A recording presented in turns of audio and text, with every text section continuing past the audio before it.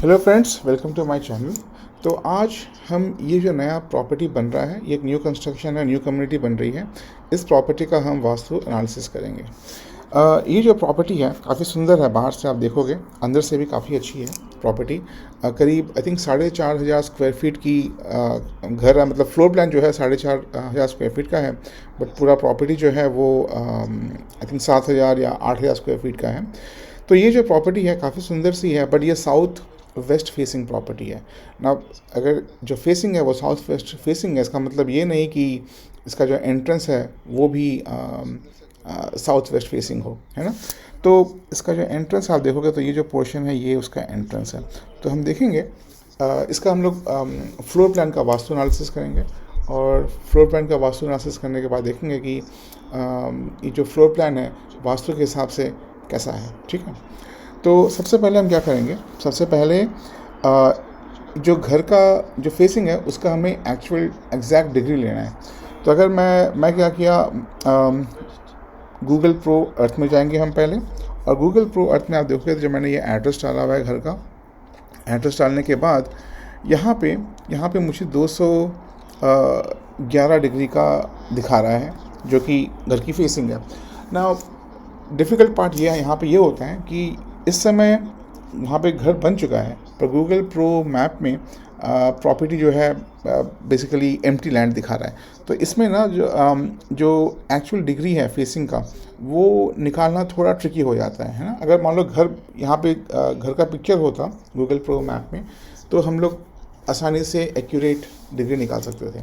तो इसलिए मैंने क्या किया, मैं उस प्रॉपर्टी के पास गया और वहाँ पे आईफोन के कॉम्पस से मैंने चेक किया, तो करीब 210 से 215 डिग्री का वहाँ पे मुझे दिखा रहा था जो फेसिंग है ना। गूगल प्रो जो मैप है, सॉरी, जो आईफोन का कॉम्पस होता है या फिर एंड्रॉयड फ़ोन का कॉम्पस होता है, बेसिकली जो फ़ोन का कॉम्पस होता है, मैंने ये देखा है कि हमेशा वो 5 या 10 डिग्री का डेविएशन दिखाता है, जो कि डेविएशन दिखाता है गूगल प्रो मैप से।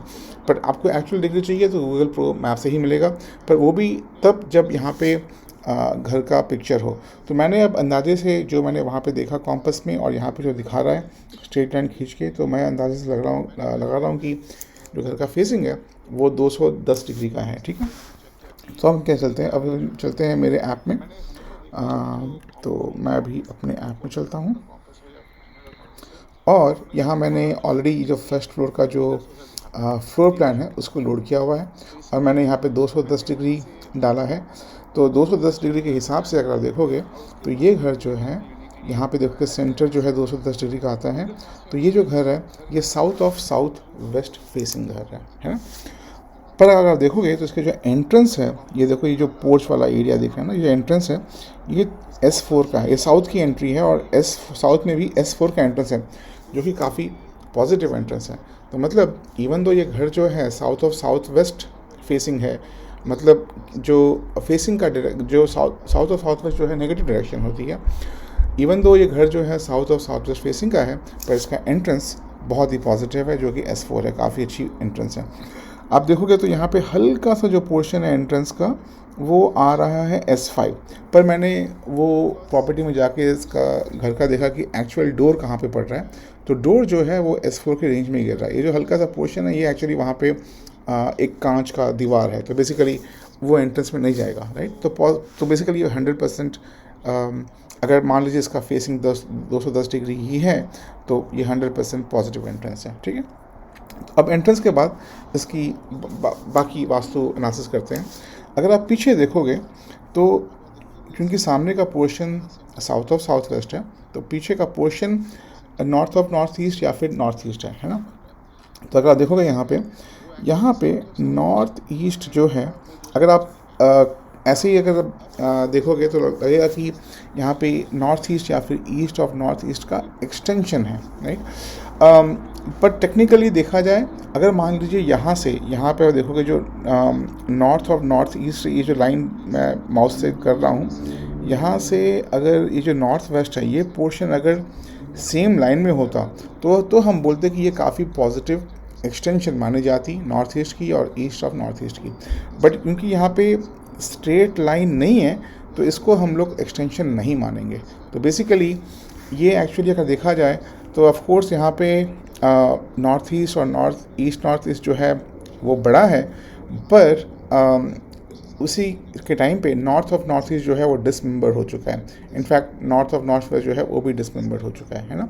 तो इसको टेक्निकली हम एक्सटेंशन नहीं मानेंगे। अगर यहाँ से अगर स्ट्रेट लाइन होता तो हम इसको एक्सटेंशन मानते। ऑफ कोर्स रेमिडिएशन के बारे में हम बाद में बात करेंगे। अगर मान लो इसको हमें ठीक करना है, ये जो अगर हमें इसे यहाँ पे जो नॉर्थ ईस्ट की या फिर ईस्ट और नॉर्थ ईस्ट की एक्सटेंशन बनानी है जो कि पॉजिटिव होगी, तो हम क्या करेंगे, यहाँ से एक अगर ये छत यहाँ से निकाल के यहाँ पर जोड़ देंगे तो शायद वो हो जाएगी।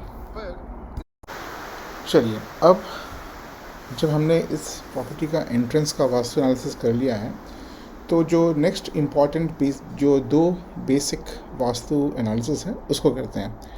देखते हैं यहाँ इस प्रॉपर्टी में जो फर्स्ट फ्लोर है, इस प्रॉपर्टी के 3 फ्लोर्स हैं। तो अभी तक हम सिर्फ जो फर्स्ट फ्लोर है उसी का एनालिसिस कर रहे हैं।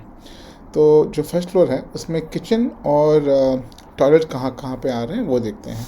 तो शुरू करते हैं किचन से। तो अगर आप देखोगे इस मैप में जो फ्लोर प्लान है, यहाँ पे किचन है, पर ये जो पोर्शन है ये जो है ये सिंक है, और सिंक जो है वो नॉर्थ ईस्ट में गिर रहा है, जो कि बुरा नहीं है ना। पर जो आप देखोगे जो एक्चुअल बर्नर है जहाँ पे गैस का चूल्हा है वो इस पोर्शन में है, जो कि एग्जैक्टली नॉर्थ में गिर रहा है। अब अगर ये बर्नर अगर ये नॉर्थ ईस्ट में होता तो ये बहुत ही बड़ा वास्तु दोष होता, पर नॉर्थ में है, जो भी कि एक वास्तु दोष तो है, पर इसका हम रेमेडी कर सकते हैं, है। तो ये एक वास्तु दोष मिला हमें। अब टॉयलेट्स देखते हैं। तो अगर आप देखोगे तो इसका एक टॉयलेट जो है वो यहाँ पे गिर रहा है। ये जो देखिए आप, जो टॉयलेट सीट है, ये टॉयलेट सीट जो है प्रॉपर साउथ ईस्ट जोन में गिर रहा है, तो ये भी एक वास्तु दोष है। साउथ ईस्ट में टॉयलेट सीट का होना अच्छा नहीं है, तो फिर ये भी एक वास्तु दोष है, तो इसको भी हमें ठीक करना पड़ेगा। नेक्स्ट आप देखोगे तो यहाँ पे और एक बाथरूम है। ये जो बाथरूम है ये साउथ वेस्ट में है, तो बेसिकली साउथ वेस्ट जो है वो डिस्पोजल जोन है, तो यहाँ पे बाथरूम आ सकता है। तो ये जो बाथरूम है इसमें कोई प्रॉब्लम नहीं है। इसमें ये बाथरूम का एक ही प्रॉब्लम है, वो ये कि ये जो है ब्रह्मस्थान के एरिया में गिर रहा है। यहाँ देखो आप, तो इवन तो ये साउथ वेस्ट में है, पर ये जो टॉयलेट है ये ब्रह्मस्थान में है। मेरे ख्याल से ये पाउडर रूम है, या फिर मुझे लगता है ये पाउडर रूम ही है शायद, या फिर जो गेस्ट स्वीट है, गेस्ट स्वीट का बाथरूम है। अब मान लीजिए अगर इस घर में जो भी इस घर के ओनर होगा, अगर गेस्ट तो हमेशा रहेंगे नहीं, तो जब भी मोस्टली अगर इस बाथरूम को यूज़ ही ना करें, बंद रखें, तो बेहतर रहेगा, क्योंकि ब्रह्मस्थान में ये पड़ रहा है, जो कि अच्छा नहीं है। अब इस प्रॉपर्टी के हम चलते हैं फर्स्ट फ्लोर में, है ना। तो ये जो है second floor, in fact second floor में देखोगे आप तो जो मास्टर बेडरूम है वो यहाँ पे गिर रहा है। यहाँ देखिए जो प्राइमरी स्वीट लिखा हुआ है, और ये ईस्ट ऑफ नॉर्थ ईस्ट है, जो कि मास्टर बेडरूम के हिसाब से उतना स्ट्रॉन्ग जोन नहीं है।